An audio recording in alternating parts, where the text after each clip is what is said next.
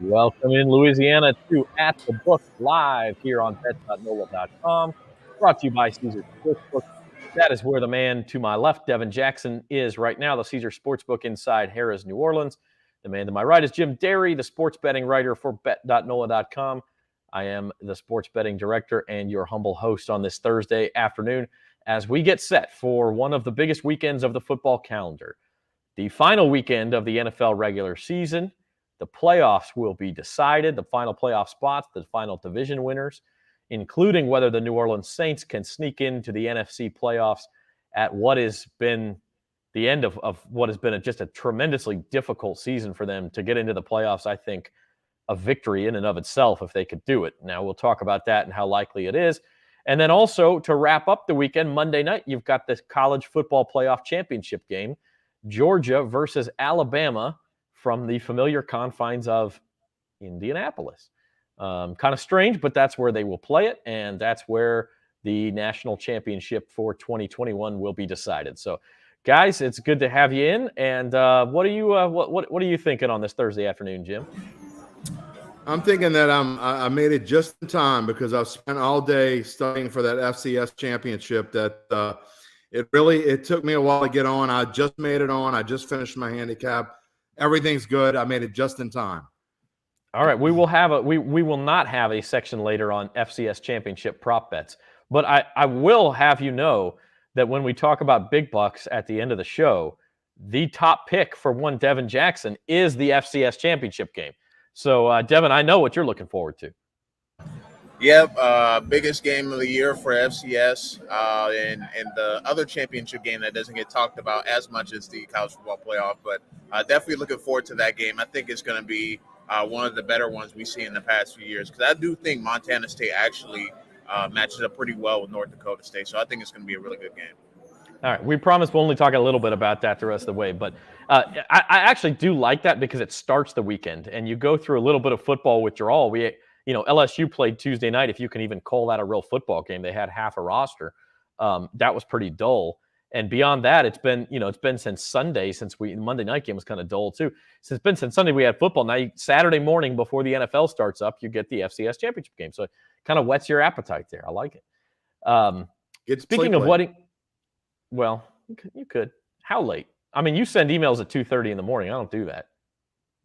Hey, you got to send them while it's on your brain or you forget. That's right. When you get old, when you get old, you send them when you send them.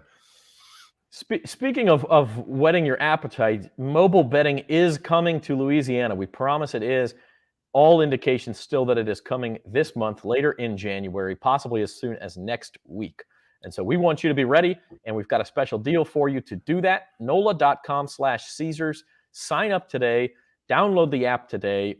Deposit some money if you want to. You can wait for the live launch if you want to deposit the money. Otherwise, you can just get the app ready. That allows you to peruse the lines, look at it, get familiar with the app, so that when mobile goes live, you can bet right away.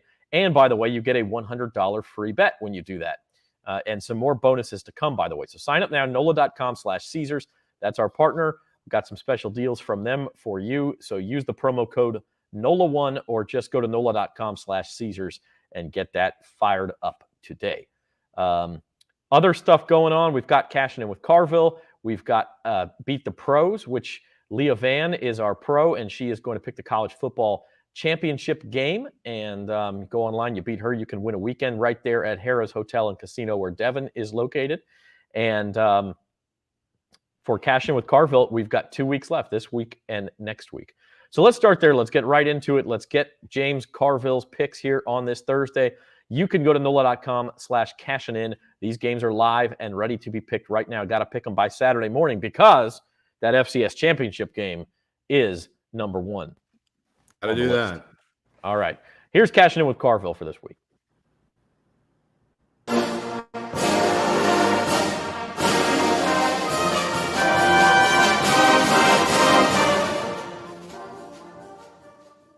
Welcome into Cashing In with Carville for Thursday, January the 6th.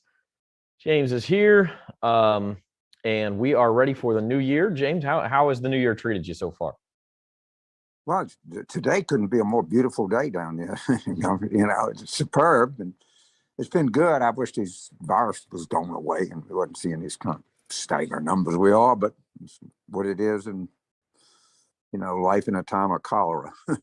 Yeah, that's maybe 2022 is the year we can get back to whatever normal is. I'm hoping. By the way, that basketball win against Kentucky. I was telling a friend of mine, if LSU's an all-football school, I think people were more excited about beating Kentucky than they were depressed by losing to Kansas State. I think everybody thought that was a kind of throwaway game. It sure seemed that way. Yeah. I know I was excited during the basketball game, I got to tell you. Imagine another year in LSU history where people would keep the basketball game on and not worry about missing the first 5 minutes of the football game. Like that's got to be a first. It's got to be. I don't know what it says, but it says Mark Kelly's got a little bit. I mean, Brian Kelly's got a little bit of a hole to dig us out of here. He will. I promise you. And it says Will Wade's got things rolling for the basketball program too. He does. But their defense, I mean, they could have one of the three best defenses in the country. I mean, I don't know how many times they took the ball away from Kentucky, but it was a lot. A lot. It was an exciting game. I think it was 16-1 run in the second half. And I was looking, actually, while we're on the topic, LSU still only 8-1 to win the SEC. I don't know that they should be the favorite, but it does seem to me like there's some value in a bet like that. Yeah, I mean, I think everybody thinks Auburn, we didn't shoot. I mean, they beat us. They're good. But, Tennessee is good. And, there's some pretty good. But Alabama's pretty good. Florida, there's some good teams around the conference. We probably have that in the top five. But you take, in the 7 through 20, conference is pretty balanced and pretty strong. Oh, it'll be a fun year as long as they can play most of the games, right? Right. Well, it looks like they're going to play no matter what. Yeah, I do think that we talked about this a couple weeks ago. I do think we're seeing a sort of a sea change in, listen, if you're vaccinated, if you're boosted and you're not sick, let's go play. Yeah. At my age, I've got to be a little more careful than other people, but the virus may not be done with us, but a lot of people are done with the virus. Yeah, that's the truth, for better or worse. Speaking of playing the games, a couple of championship games in college football this week. We shake things up and play the FCS Championship Game Saturday morning. Such a fun game to watch every single year. It's kind of got its own TV window. This year's North Dakota State, and they're obviously the traditional power in FCS. They are laying 7.5 against Montana State. I'm going to take the dog. And I don't know. Every time I see North Dakota State wins. All right. I don't know how many time, I'm like you. I kind of like that game. I mean, it's a national championship game, and those kids are playing just as hard as anybody else plays, and quality of football is pretty good. I mean, listen, North Dakota State beats an FBS team just about every time they play them. So wouldn't want to play them. No, but I'm going to take Montana. I'm going to take Montana State. I got a lot of good friends in Montana. I have more friends in Montana than I do in North Dakota, so I'll take them. A lot of Louisiana people. That's science right there. Yes, of course. So the Bobcats plus 7.5. And then the big game on Monday night in Indianapolis, Alabama and Georgia. The line we're using is Alabama plus 3. It actually at Caesars moved to 2.5 last night because Mattress Mac came in and placed $1.2 million on Alabama. But the line we'll use is Alabama plus 3. Do you take Alabama? They win almost every time they're an underdog, or do you go with revenge and take Georgia? I got Nick Saban, the mattress man, in points.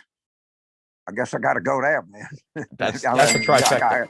It'd be like I had a sign, thunderbolt from heaven saying, "Take the Tide." What else tells you about the Tide? I mean, obviously, every time they're doubted, it seems like they come out and play their best football. Doesn't happen very often, but he's able to use that. Yeah, I mean, I tell you that number 17 on defense for Georgia, holy moly, that guy is good. I watched that game he played against Michigan. Mm-hmm. He was running all the way across the field tackling people. He's good, but giving Nick Saban points is never a good thing to do. It's a dangerous game. That's Nakobe Dean, the Butkus Award winner. You're talking about the linebacker. It's a number 17, just fantastic player. So the college football season will wrap up on Monday, and then Sunday the NFL season, the regular season, wraps up, and we've got a 6-pack of games to pick. Actually, 5 of them. Well, the Saints are the 6th. First of all, rate the Saints' chances for us. They're favored, and the Rams are favored. So if both favorites win, Saints get in. You know, that I looked up. I think we're like 43% on something. You know, I don't know how to figure this out, but it's hard to hit a parlay. Right. There's a, you know, it doesn't. If you're if you're a favorite, another team is a favorite, but we got a good chance. Okay, a good chance. But I'm nervous too. It'll be a fun 3 hours, I think. It just kind of following both games. Yeah, damn right it will. And you know, they're gonna have to play out of the wazoo. But our defense is so good. I like our chances. Took my 6-year-old to the game on Sunday. His first game, he used his Christmas money. He wanted to buy a Saints ticket, and he wise young man. He passed up on cotton candy because he didn't want to miss any of the second quarter. That's how focused he was. So you're raising that boy right. A chip off the old block, I guess. Just say it's going to start asking you about the spread, then you know you've done a good job. Well, we'll wait on that. Maybe it's 16, not 6. There you go. All right, let's pick some games. Cowboys at Eagles. This one's Saturday night. Probably means more for the Cowboys. They could play up into a higher seed. The Eagles are in, have some COVID problems, but they are at home and they are getting 7 points. I'd give them 7 points. All right. So we're just to be clear, we're taking the Cowboys and laying the 7. Okay. Next day, the Colts need to win in Jacksonville to get into the playoffs. They're 15.5-point favorites. Nobody thinks they could lose. They have not won in Jacksonville since 2014. So do you lay that many points? You know, there's a old rule that if you followed it and you followed it a long time, you would make money. That is, anytime a home team gets 10 points in the NFL, you take the home team. All right. Now, Jacksonville is historically bad, but 15.5 is a lot more than 10. That's right. All right. And so I'm going to take Jacksonville. That's a hard thing to get out of your mouth. And I'm taking Jacksonville. I just uttered it. I'm taking Jacksonville. If they can't play spoiler, maybe they can at least stick within 2 touchdowns. So. You know, at some level, they're professional athletes. That's right. And they have some pride. I mean, I hope that the whole thing doesn't just fall apart, you know. At the same time as that game, the Steelers are in Baltimore. And if the Colts should lose in Jacksonville, all of a sudden this game becomes tremendously important. Both teams have a pretty good chance of getting in if they win and the Colts lose. And so I think they'll play hard. The Ravens are -5.5. Don't know the status yet of Lamar Jackson. Big Ben had his send-off Monday night, but frankly didn't look like a dangerous quarterback. Where do you go here with Ravens -5.5? Steelers with the points. Okay. It promises to be a pretty sloppy game, but you win just as much on a sloppy game as a, well-executed game. They all pay the same. Right. Circling back to the Saints, the help they need is from the Rams, who ironically is who they would play if they got in. The Rams are -4.5 at home against San Francisco. Well, I hate to do this because this is betting against my interests, but I hope that the Rams win by 4. All right. So we'll take the Niners and the points and hope for a close game. Right. And then I'm trying to middle it. Yeah, that's right. The Saints play at the same time. And then the primetime game is, if the Colts do win against the Jags, the primetime game becomes a win and get in. And that's the LA Chargers -3 in Las Vegas to face the Raiders. The Chargers. I think it's just better. All right. And we'll take the Chargers. That is the things where if I forgot, if they could end up where if that game ended in a tie, both would be in the playoffs. Right. There's a scenario that I forgot who it is, but The Colts have to lose, and then something has to go with that Steelers-Ravens game. But you're right. There is a situation where. So what do you do? You're in overtime. No one is going to go for. So if you know you at the end at the end of overtime, or 1 second left to go, and you score, and it's 24-23. You'd be a fool not to kick the extra point. No, that's right. I mean, it's. I don't know that both teams would. The disgrace of Gijon is from the 1982 World Cup, where it made the World Cup. They play all the last group games at the same time now to avoid this, because I can't remember the countries it was. Two teams, all they needed was a tie, and they sat there and kicked the ball back and forth for an hour and a half, and that was the game. I don't know that it'll necessarily be that, but you're right. If it does happen to go to overtime and they're in that situation, there are going to be no risks taken. No, I mean, almost I'd be happy to get out there with a tie. You get in the playoffs. Now, Goodell's going to, call when he got it, but human nature's human nature, man. These guys been playing football all year. And, being a playoff team and not being a playoff team makes a huge difference. Yeah. Yep. And it was, I say that, I just looked it up. It was West Germany beating Austria 1-0 in that soccer game. And that was the result that got both teams through. So Austria lets West Germany score the first goal, and then they just kicked it around for an hour and a half, and that was the game. And so you hope for the NFL's sake that doesn't happen Sunday night, but it might be interesting. No, come on, you kind of hope it does happen. The NFL hopes it doesn't. I hope it does. Yeah. I always pull if it doesn't involve the Saints at LSU, I want chaos everywhere. I just just let something freaky happen. Yeah, just let something freaky happen. Yeah. All right, James. Well, we have 1 week left in the Cash In with Carville contest. We'll talk some NFL playoffs next week, and we'll recap the championship game. Take care, my friend. All right. Thank you very much.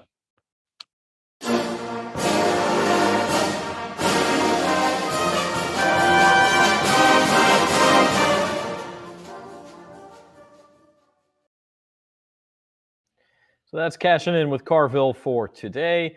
And again, you can go to NOLA.com/cashing-in and make your picks against Carville. We had a little bit of everything there. We had some FCS football for Jim. We had some World Cup soccer talk. I mean, that was a loaded episode. Jim's on mute. We muted him so he couldn't respond to all that. You can unmute yourself. It's okay. Just making sure it's okay to talk. I know.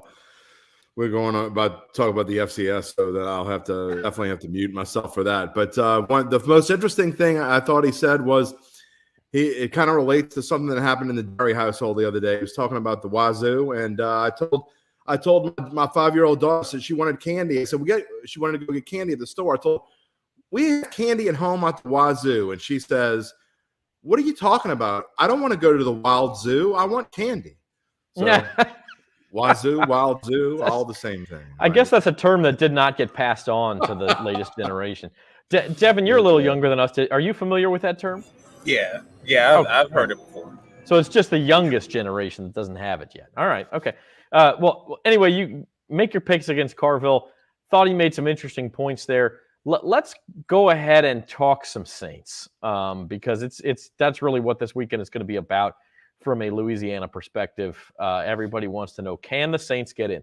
Okay, first thing, they're 4.5-point favorites against the Falcons. This line's bounced up and down a little bit. It went down as low as 4. In fact, I think it was 4 yesterday. It's back to 4.5. It's interesting because the temptation here, and you're going to see this with a lot of lines this week, the temptation, Jim, is to say, well, one team's got to win the game, so go with them because the other team's got nothing to play for. But that concept is baked into the price. So, if both teams had to win, maybe this is 3.5 or 2.5. Those points are baked in. So you can't just say, oh, they got to win the game, so they'll definitely cover. Yeah, that's definitely true. This line would probably, in fact, I saw it, I think it was a week or so ago. I saw it at 1.5. So it wasn't that long ago. I saw it at 1.5. But yeah. That number is definitely baked in that the Saints have to win. But when you're looking at it, I think the Saints match up well. And I think not only that, and I know they lost the first game, but the Falcons, they're unlike a lot of the other don't care. I mean, I know it's the Saints. I know that a lot of people think, hey, they're going to get up because it's the Saints. They have a chance to kill the Saints' chance, the playoff chances. But I'm not sure a lot of these Falcons think that way.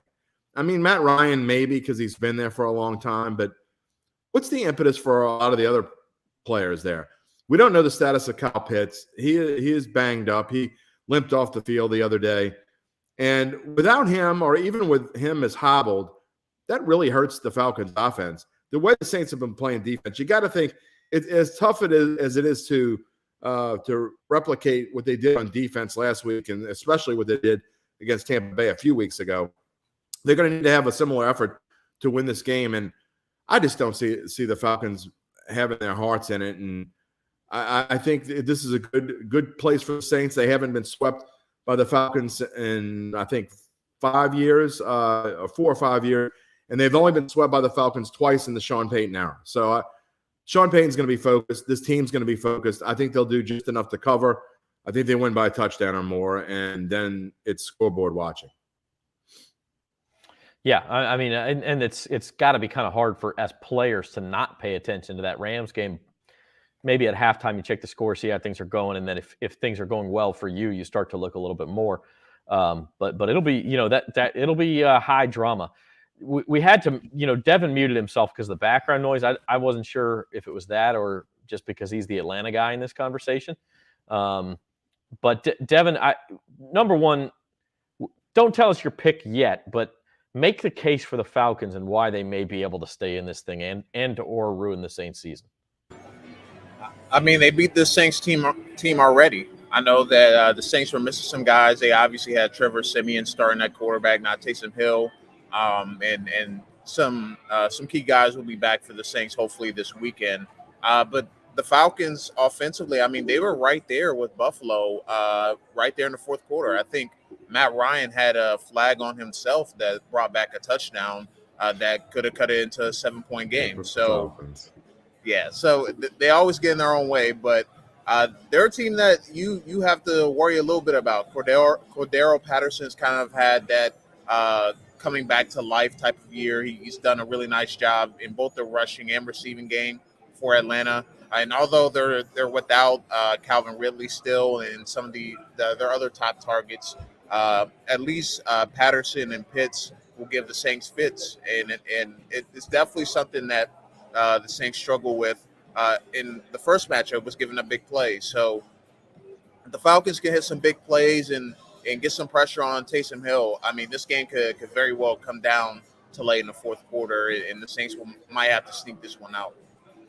Falcons injury report today. Kyle Pitts did practice. He was out of practice yesterday, limited today, so that would mean he's trending toward playing. We'll see. The final injury report comes out tomorrow.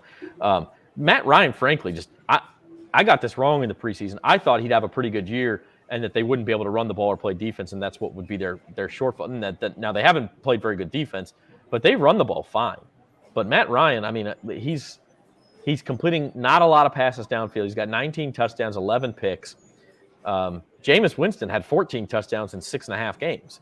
I mean, not that that's the only stat in the world, but this has just not been a vintage Matt Ryan year. I don't know if that means he's over the hill or if he's just not getting the protection. He seemingly has weapons. Their offensive line is terrible. I mean, it just is, and that's one big plus for the Saints, and a reason why when you start looking at the injury report, to me the most important name on it is Marcus Davenport. If Marcus Davenport doesn't play, it's going to really hurt the Saints' chances to do what they need to do and get in there and pressure Matt Ryan, which I think is obviously key to this game. When he doesn't get sacked, the Falcons play very well. And it's kind of like you either sack him not at all or you sack him like 5 or 6 times. And I think the Saints need to do what they did against Carolina last week, obviously pressuring Darnold and getting in there 7 times.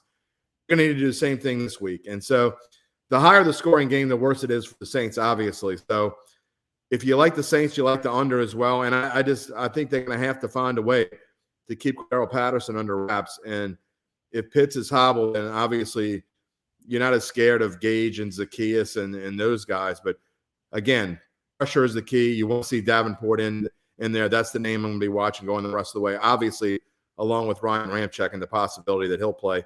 He's been limited in practice. But the fact that he's even back in practice is a good thing. Yeah, he's injury report today, limited again. Marcus Davenport, second straight day with no practice, so you would think he would need to get back out there tomorrow to have a chance. And then Mark Ingram downgraded to a DNP today as well. So not that Ingram's going to get a ton of carries, but you like to have him out there when Alvin Kamara needs a breather. So it's I mean, listen, it's something the Saints have dealt with all year. Teron Armstead not practicing, I would be stunned if he played. He's not playing, yeah. And that's, that's just something they've had to deal with all year long. If Ryan Ramczyk comes back, you chalk that up to as a bonus, I think, and hope you can get Davenport and really harass that Falcons backfield. Now, if the Saints should win, of course, the other game that they need is for the Rams to beat the 49ers. I would think they caught a break. They did catch a break last week when the Cardinals beat the Cowboys, because it means the Rams need this game to win the NFC West to get a home playoff game. In fact, if they did it and the Saints won, that home playoff game would be against the Saints. But that certainly beats the alternative for the Rams of going on the road. So how do you handicap this game, Jim? And Niners, obviously a very good team. I think certainly a playoff caliber roster, but they find themselves in a tough spot here. I went back and forth on this one. And before I really delved into the handing, I probably spent more time yesterday looking at this game than I looked at any other one. But I wanted to take the Rams here, just going over and pouring over everything. And the fact that the 49ers have had the Rams number over and over again 5 times in a row now, I just don't think the Rams match up well with the 49ers. They just don't. And I get that they're playing for a 2 seed, and I get that they're playing for the NFC West because I really think Arizona is going to beat Seattle. So if the Rams don't win, they go from being the 2 seed to the 5 seed. Major difference. But I cannot overlook that I think the 49ers are a better football team. As we sit here right now, we're not sure who's playing quarterback. It's either going to be Trey Lance or Jimmy Garoppolo, but I'm not sure that it matters. I think that the Rams, Matt Stafford has been just frankly bad last 3 weeks, and he's been average at best over the last 2 months of the season. He's thrown 5 touchdown passes and 6 interceptions over the last 3 weeks, and he's thrown 11 picks over the last 2 months as opposed to 4 picks the first 2 months. So I don't know what's going on there. They're going to have trouble running the football against the San Francisco front. And the 49ers secondary, which was kind of suspect for a while they were injured, is a lot better than it's been. I like the way the 49ers are playing. Saints fans don't want to hear this, but I think the 49ers win the game outright. Yeah, and I mean, listen, the 49ers, that defense has taken care of Sean McVay's offense. I mean, Sean McVay's known as the whiz kid and all that kind of stuff. But you're right, that is one team he has struggled against, and it's a big difference for the Rams to play at home against the Saints or Eagles versus going on the road to face Tampa Bay or Dallas. I mean, that's a big difference. It's a big difference. Or the Cardinals. Zach, it goes back to what you were talking about with the Saints handicap. Just because it means a ton to the Rams doesn't mean you have to pick the Rams or just automatically pick them. It means even more to San Francisco, because if they don't win, there's a 70% chance or so that they're not in the playoffs. And so that you can guarantee that they're playing it like that. That was exactly where I was going with it, is as much as it's a difference for the Rams, it's a little bit different when your season's on the line. So you get that little more get up and go in your backside when it means that you might be at home next week versus, okay, well, we got to go on the road and face Tom Brady. That's not good, but at least we get to play. I mean, if push comes to shove in a close game late, I'm not sure that's a good thing for the Saints. Devin, take a look at this matchup for us. Rams -4.5 against the Niners. What do you think? Yeah, I don't love the spread for the Rams in this game. I just think the 49ers are always playing them close. Like even if they're not winning the game, they're keeping it within at least a field goal. And honestly, I think this is a 3-point game either way, whoever wins the game. I just think with how much the Rams struggle matching up with the 49ers, the Rams are really going to have to dig deep and find a way to win this game, because Sean McVay has not been good matched up against Kyle Shanahan. He just, for whatever reason, their team is just not as good whenever they're playing against the 49ers. So I think for the Rams, they're going to have to fight for that victory. And if they truly want the 2 seed, it's not going to be an easy game for them to go in and win. Just like Jim said, they don't match up well with the 49ers and their physicality and their style of play. And the Rams, if they want that 2 seed, they're really going to have to pull out all the stops in the fourth quarter if they're down a couple scores, Are they going to continue to try and win the game, or are they going to wave the white flag and just accept the 5 seed? So I think if it's a really close, if it's a game that favors the 49ers into the fourth quarter, I don't like the Saints' chances if they're hoping the Rams win. If the Rams are down a couple scores heading into the fourth. And by the way, that also has to do with why I think Dallas and Tampa Bay are really going to go all out to win this week, because if the Rams should lose and fall to that 5 seed, those guys don't want the 4 seed. They want to get up to the 2 or the 3 so that they can avoid playing the Rams in the first round and possibly have a home game in the second round. So Rams -4.5. Saints, by the way, it has ticked back down to -4 at Caesars. And so let's do a final word here. Devin, you first. Do the Saints get into the playoffs? Yes or no? I think so. I think that the Rams know that they don't want to have to play whoever the 4 seed ends up being, and I just think for their sake I think they would much rather play the Saints and whoever they end up with in the 4 seed. I think the Saints handle business against the Falcons. I think it's kind of similar to how they won the last few weeks. It's a pretty tightly contested game through the first half, and in the second half they start to pull away. Jim, how about you? I think you gave it away. You said you think the Niners win outright. Yeah, my gut tells me no, and I'm going to go with it. And again, the first part of the week, I was thinking, I was confident, I was positive, and then I started looking at things. It's like I said, I just don't like the way. I think the Saints handle their part. And I'll be honest, if you're out there betting, I don't know that I bet on the Saints with that spread either, because if the 49ers, I think there's a chance the 49ers even pull away like they did in the first game. And if they do, the Saints start seeing those things.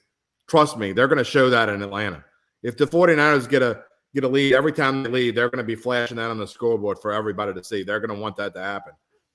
I just don't like the Saints' chances. So no, I don't think they get in. I hope I'm wrong, because obviously it makes for our shows more interesting the next couple of weeks, but I don't like their chances. Yeah, I'm kind of with you, and that's a good point about if the Niners get out to a lead. This is a Saints team that has been beat up all year long, has been just busting its butt all year long. But at some point, when you start to look up and see that it's hopeless, that could go away real quick, especially with banged up players. Get them out of there, keep them healthy, and that sort of thing. So, I don't know. I'm going to say no, and the reason I'm going to say no is not necessarily because of one game or the other. I think they both end up being more or less coin flips. Like Devin said, I really think that Niners-Rams game could be a close game. I think Saints-Falcons is a close game. I mean, the Saints are not equipped to blow someone out right now, not without a big kick return or a big pick six or something. Well, okay. They were equipped to blow the Jets out. All right. But even that game, quite frankly, was going into the fourth quarter, it was not over. I mean, what was it, like 19-9 going into the fourth quarter? So, I mean, it could have happened to where the Jets could have come back. So I think, listen, you flip a coin twice and you try to come up heads both times, you got a 25% chance. But I think if I'm betting, which we are at the book, I'm going to say no, they do not get in. So that's what it's come down to. But it'll be interesting, man. But I still think it'll be in the air at 6:00 Sunday evening. It'll be a lot of fun. We'll switch gears real quick here at the book, brought to you by the Caesar Sportsbook. And Nick says, who gets in if Saints and Niners both lose? It would be the Niners at that point. So yeah, you would need the Niners have a 1-game lead, and any ties. Any ties would go the Niners' way. You need a Saints win and a Niners loss, and no other combination. So that's the way that has. What happens in that scenario is if the Niners and Saints lose, the Eagles get the 6th seed. Yeah, and the Eagles get the 6 if the Saints make it. If the Niners win, they're the 6 and the Eagles are the 7. I believe is the way it goes. So let's switch gears and talk. Be the 7. That's right, and they would. And if they get in, the Rams would be the 2 because that means the Rams win. So it would be Saints Rams next weekend. The only scenario, and you talked about it in odds and ends, I believe. The only scenario for Saints, so you want to get in, but the only scenario for Saints is at Rams, at Packers. If you happen to beat the Rams, that is the only scenario for the Saints. Yeah, it's a long shot, but you just keep fighting like they've been fighting. So we'll switch gears real quick and talk a little college football. Of course, a big bowl weekend wrapped up last week. We talked some about this on odds and ends, but let's show how our bowl pick'em is doing. Devin Jackson, of course, leads the way as usual. And I just realized I skipped that other slide, Devin, but we'll circle back to that. So Devin at 1285 actually slipped a little bit on New Year's Eve and New Year's Day. He had such a huge lead on everybody. I'm doing pretty well at 1159. Jim has fallen below the $1,000 mark. The game that really hurt all three of us, quite frankly, was the Cotton Bowl, Cincinnati and Alabama. Devin saw it as a high-scoring game. Jim and I both thought Cincinnati would stay within shouting distance, and it was just sort of one of those systemic, slow Alabama beatdowns. Devin. Yeah, I thought at least if Alabama was going to win the game, I thought they were going to score more than 27 points. I thought it was going to be one of those games. Maybe Alabama goes up a couple scores, throws in some backup. Cincinnati, maybe it's a backdoor cover and raise the total points, but none of that happened. I think I got both of the semifinal games wrong, actually. So I thought that Michigan would cover the spread, and they didn't even get close. So I did not have a good final weekend of a bowl pick'em. But a good way to bet on sports is to get yourself such a huge stack that even if you have a bad finish, you're above water. By the way, I'm not sure you added mine up. I'm pretty sure I'm still above 1,000, but we can add that up again later. Maybe I'm wrong, but I thought I went back to your latest post and then added in New Year's Day and the LSU K-State game. So that's what I came. Oh yeah, you know what? I didn't add it in K, but I thought I picked. Did I pick? You had. I picked LSU. You're right. I picked LSU. It's so hard because we made these picks a month ago, or almost a month ago, and so you almost forget what you picked. In fact, I had Michigan in this also, and then the more I thought about it, the more I handicapped it. I thought, now Georgia's going to blow them out, and so I changed. But of course, with this bowl pick'em, we left the picks up as they were. Yeah, maybe next year it's hard to get everybody to do them every day, especially during the holidays. But I think next year maybe we find a way to do that, because I think this worked out pretty well, and it was a lot of fun. I enjoyed it, and it goes. Hey, I'm going to give props where props are due in this regatta, this bowl pick'em thing I've been doing for 10 years. I think the highest I've ever finished. There's usually 500, 600, 700 people that are in it. Top 15 or so make the money. I think the highest I've ever finished is 7th or 8th, and did a pick for Zach this week. And if Georgia wins, you are guaranteed to be no worse than 6th. So you'll beat my own record. So give some props. Shout out to Zach Ewing for his 90-second handicaps. I love it. Yeah, that didn't take me very long. Of course, we had gone through all this, and I had read up on so many games that it was fairly easy at that point just to send you a series of picks. So, no, but it's a lot of fun, and looking forward to that, and kind of hoping Georgia wins for that. It goes to show, seriously, if you take your time, and because we did, I think all four of us went in and we studied. I know I did, and Devin knows these teams a lot better than I do. So I knew going in that I needed to spend a lot of time looking at each matchup, and I probably spent, I don't know, 10 or 15 minutes even on the Idaho Potato Bowl and stuff, just looking at it. And I spent a lot of time on these picks, and it goes to show, if you do your handicap and you look and you find a way that handicapping works for you, it's not the same for everyone. But a lot of these picks, we came up with consensus picks for quite a few of them, and I think it's all because we saw the same kind of things, and we did fairly well, I thought. Yeah, no, we did, and I apologize if I have your total wrong on there. I'll figure it out in a minute. Doing it by hand, but we'll update next week after the championship game. In fact, we need to do our final Jeopardy style picks for the college football playoff championship game, which is Monday night. And now this is the line at Caesars. It's Georgia -2.5. Most other books still have it at 3. So if you want to bet at Alabama, you probably want to shop around. But Georgia has now part of the reason Georgia's 2.5 because Mattress Mac, Jim McIngvale, or Mac, I don't even know how to say his last name, McIngvale, I think. The Houston, he owns Gallery Furniture in Houston. He's the Houston furniture magnate, millionaire, billionaire, and he makes these huge sports bets. Well, he made one at Caesars, $1.2 million on Alabama. And part of that was, I believe it was a hedge because he offered some customers in Alabama free mattresses if Alabama won the national title. And so he's done that with the Astros before as well. He's making sure that he covers his own giveaways if he does win. Yeah, exactly. His own wazoo. So the line right now, Georgia -2.5. So if you like Georgia, absolutely, you need to find a Caesar Sportsbook. You need to go down to Harris, you need to go up to Bossier. Mobile betting, probably not going to be here by Monday, but you got to do it. If you like Alabama, you want to go find a 3 somewhere, I think. But Jim, we talked about this. We both like Georgia. Yeah, I really do. And I'm trying to look and see what the money line is. The money line hasn't moved, interestingly enough. When it was -3, I really liked the money line at -135 because I thought you were getting value. Now that it's -2.5, I don't know that you're getting the same kind of value. I probably would take Georgia -2.5. But here's the thing: I guess I get this line because they're trying to make sure that not everybody, as it is, the casual better, the square is going to bet on Alabama anyway. But if you think about it, this line just before the SEC Championship game was -6.5, and we thought they were trying to entice everyone to bet on Alabama, and maybe they were. So this time, I think it's the other way around. I think they're trying to get as many people to bet on Alabama as they can. I just like Georgia here. I've explained this multiple times. I think that the Bulldogs, although obviously not trying to lose, players go out, they try to win. They do their best effort. But when you're a coaching staff and you think there's a better than 50-50 chance you're going to play this team for the national championship again in a few weeks, I don't think that they showed everything that they were going to show. They're going to come at them with the kitchen sink this time. It's that vanilla defense you saw in that first matchup is going to be a completely different one. Whether it's enough, maybe it's not enough. Maybe Alabama is just that good. We'll find out. But I really like Georgia here, and I think that they win. I don't want to say handily is probably too strong of a word, but I think they show why they have been the number 1 team in the country for almost all year long.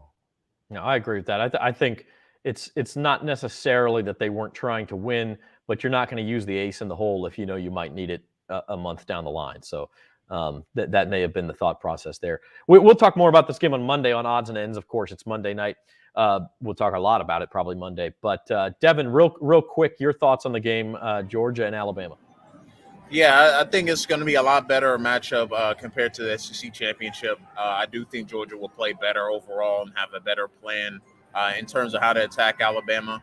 And I think it'll be one of those games that comes down to the wire and right into the fourth quarter, similar to their national championship matchup a couple years ago. I think when you look at Georgia, their defense has to play a lot better than they played Alabama last time. Plus, Alabama will be without John Mechie, so I think they'll be keyed in on Jameson Williams a little bit better as well. So I think this game is going to come down to who executes better in the fourth quarter. And if you're looking at history, it says Alabama, but Georgia, it may be their time to win a championship finally. Yeah, and the other part of that is Bryce Young played the game of his life in the SEC Championship game, and all kudos to him. He won the Heisman Trophy that day. He got a lot of plaudits for it. Can he do that again against the best defense we've seen in years in college football? That's the question, because he's going to have to do it again, and now they're going to be a little bit more ready for what he does. Hey, we'll talk to Leah Van tonight and get her pick on this game. She is the pro for Beat the Pros. So if you filled out for your New Year's 6 picks, you also have to go back to NOLA.com/beatthepros and bet on the CFP title game. Make sure you do that. See if you can beat Leah. The winner of this contest, or anyone who beats Leah, I should say, gets entered into a drawing for a weekend stay for 2 at Harrah's New Orleans, and come back because we're going to start NFL playoffs next week. That's the second contest for Beat the Pros. There's going to be 6 of them this year, all the way through October, early November, the Major League Baseball playoffs, the World Series. And if you are the winner through all 6 Beat the Pros contests, you win a weekend stay for 2 at Caesars Palace in Las Vegas. So the prize kind of goes up, and it's a cool deal. Log on to NOLA.com/beatthepros. Even if you missed the New Year's 6 games, go ahead, bet the CFP title game. You can make it up over 5 contests. You're going to have to take a 0 on the first 6 games. But obviously there's a ton of picks when you talk about March Madness, when you talk about NBA playoffs, Major League Baseball playoffs. So you will have a chance to make up those 5 games. So make sure you get in there and pick this one. Before we get into big eligible? bucks, we are not eligible, unfortunately. Oh, I think Uncle Big Nick would be eligible. He should play. We should definitely get Uncle Big Nick in there. Somebody needs to be on the floor. Yeah. I'm waiting for his comment now. We do have a couple of optimistic fans out there. Jerry says the Saints will get in. Robert says the Saints will get in. Again, I'd love to be talking about it this time next week. I'd love to be talking about a Saturday night game in LA or whatever it might be. But at this point, or a Monday night game. Our Monday night game, yeah, could be. The only thing I know it won't be is the early game Sunday because it's a West Coast game and they wouldn't do that. But it could be any other time slot. 2 on Saturday, 3 on Sunday, and then Monday night. So I hope we're talking about it. I also hope we're talking about a lot of big bucks. But before we play big bucks, I did want to circle back and talk a little college basketball, guys. LSU, a big win on Tuesday. They beat Kentucky. And so I went back and looked at some men's basketball odds on Tuesday or on yesterday after the game, and I was a little surprised. I mentioned it to Carville. LSU was only 8-1. And then I went back and looked today, and they're 12-1 to win the SEC. So I'm trying to figure out that. I'm also trying to figure out how Kentucky is still the favorite. Not that one game matters in an 18-game schedule. You can still win, especially a road game. But these odds seem a little out of whack to me. Are you seeing that too, Jim? For sure. I mean, I don't understand them at all. And again, I'm with you. I don't necessarily think that LSU is going to be a world beater. I mean, but if you look at what they've done the last 3 years, they have the best.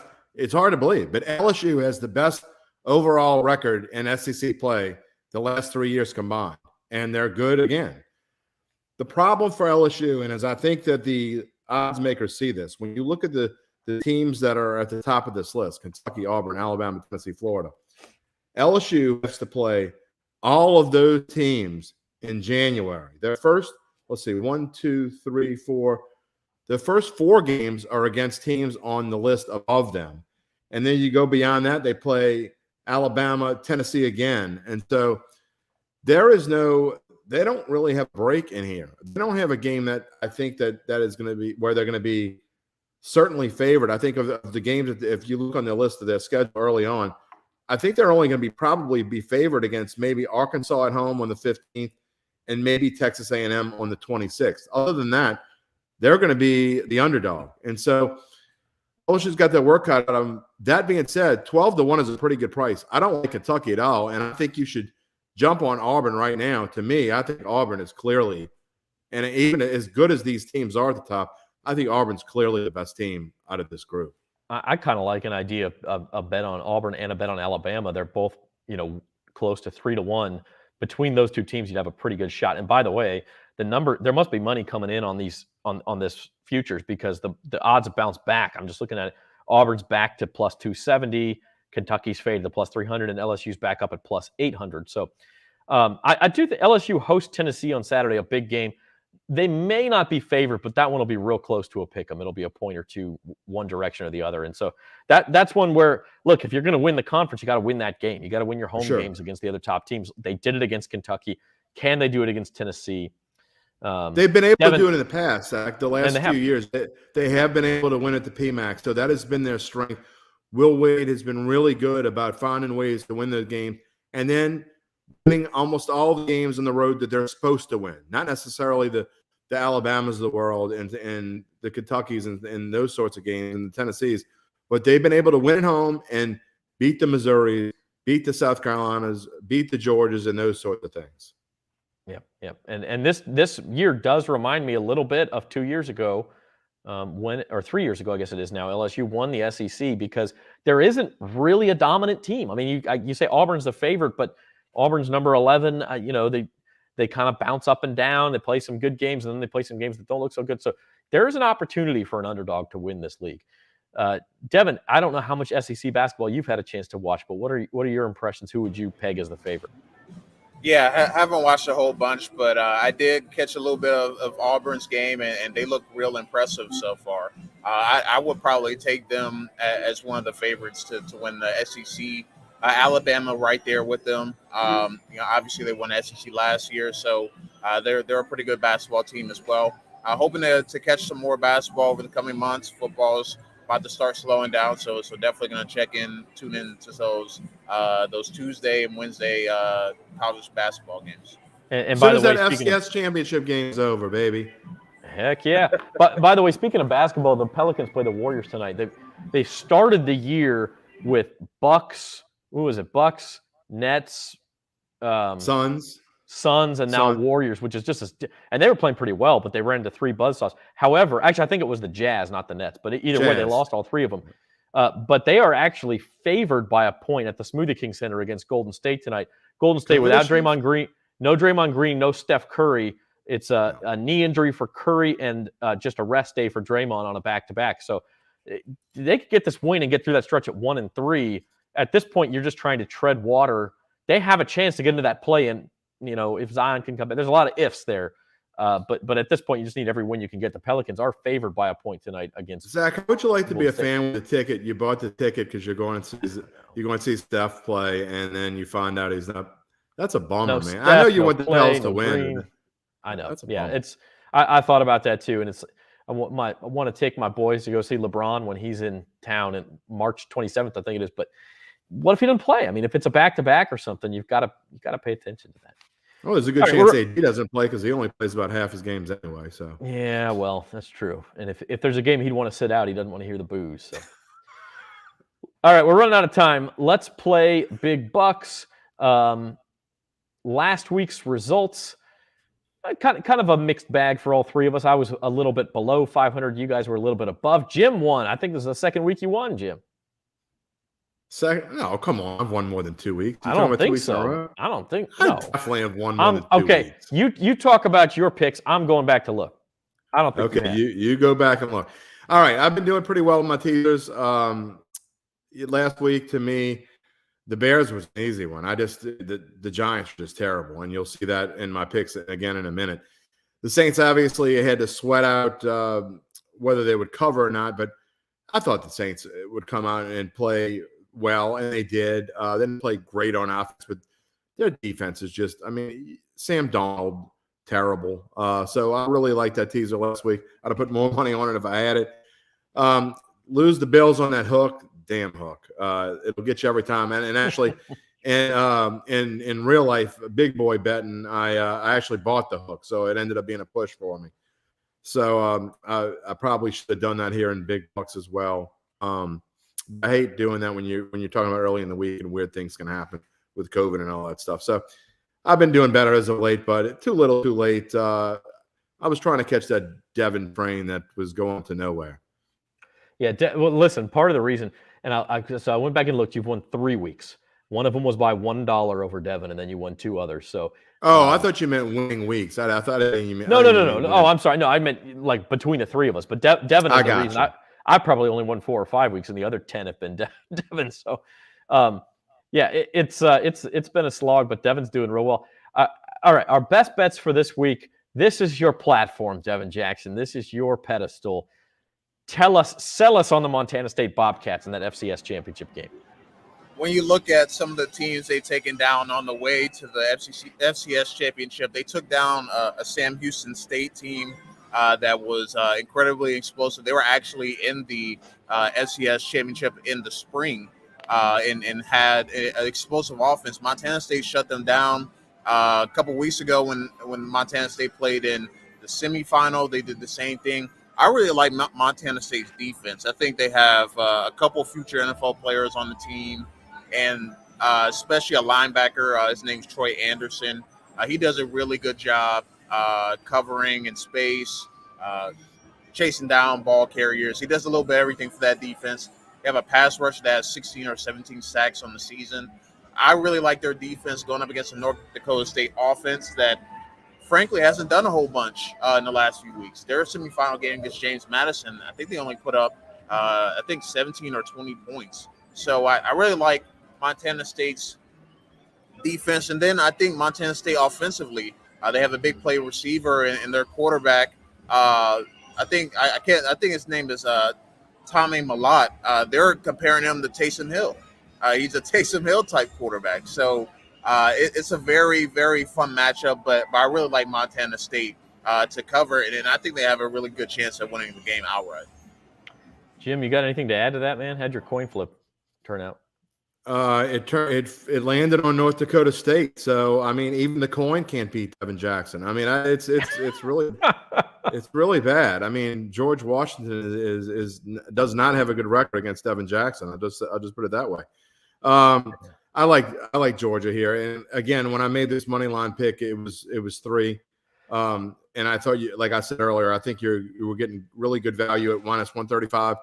Now it's kind of iffy. I still like the money line here because I think this is going to end up being some kind of weird score. Now, full disclosure, because of my future bet and your great regatta picks, if Georgia wins, I'm going to have a very nice Monday night. Let's put it that way. So I have already hedged Alabama +3, but not for a ton.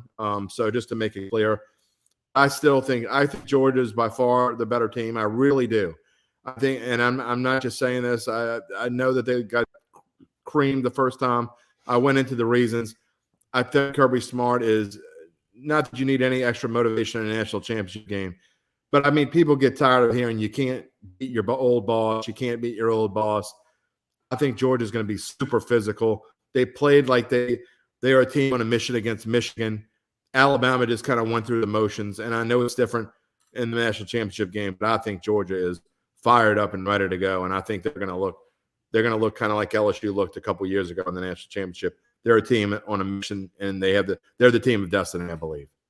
Yeah. Before we move on to our picks, we're running a little bit out of time, but I did want to get to a quick comment from Vernon here. Will Zion be a Pelican? I would be absolutely positively stunned if they traded him. You don't think he'll be a Pelican? No. I just think that at some point you've had enough, right? They're not trading him at the lowest of his value, though. That's just terrible business. I just have a weird feeling, and I don't know what it's going to be, but I just have a weird feeling that he's not going to be a Pelican next year.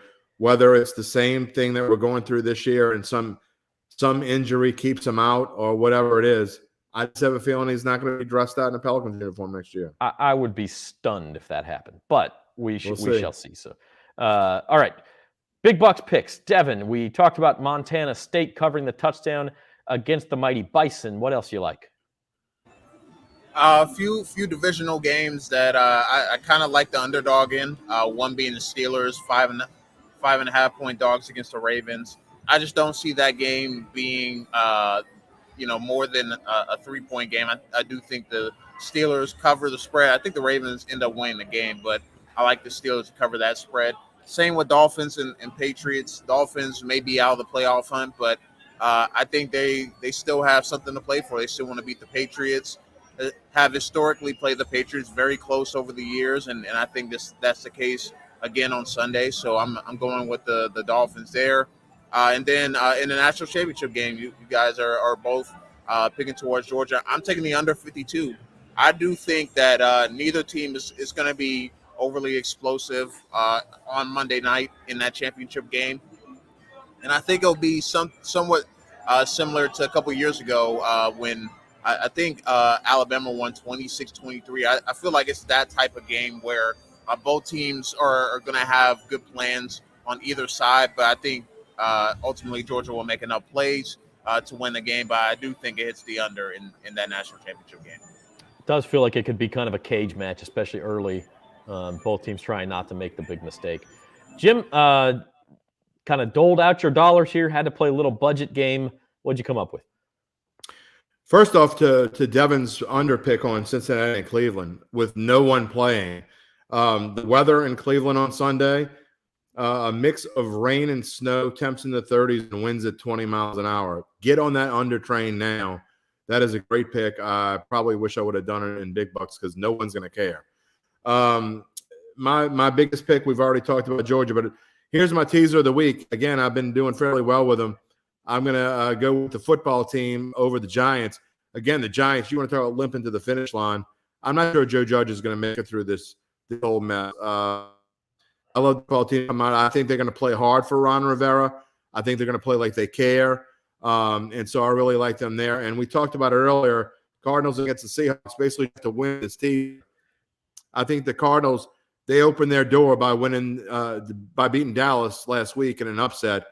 I think they're going to be super focused. The Seahawks, and I said it with Uncle Big Nick and tomorrow's Datitude, I think the Seahawks basically had their bowl game last week. Russ Wilson will not be a Seahawk next year, maybe a Saint, who knows. I don't think Pete Carroll will be on the sideline.